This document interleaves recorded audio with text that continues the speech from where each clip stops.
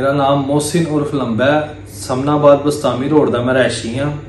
16 तरीक 1:30 बजे DH गाजी road के कोल लतीफ खोसे के घर जी फायरिंग हुई है मैं की है। मेरे नाल काशिफ मुंडा सी बाइक ते असी 2 जने हैगे सां। जुबैर नियाजी ने फायरिंग करन दा मैनू कहा सी। उस तो बाद 10 लाख रुपए का इन्हें मैनू कहा सी कि मैं 10 लाख तेनू देवांगा। इन्हें मैनू 1 लाख रुपया दिता है, बाकी पैसे हले तक इन्हें मैनू नहीं दिते। के इंकशाफात बड़े दिलचस्प हैं, बड़े इंपॉर्टेंट हैं इन्वेस्टिगेटिव पॉइंट ऑफ व्यू से, और मौजूदा हालात में उनकी बड़ी इंपॉर्टेंस है।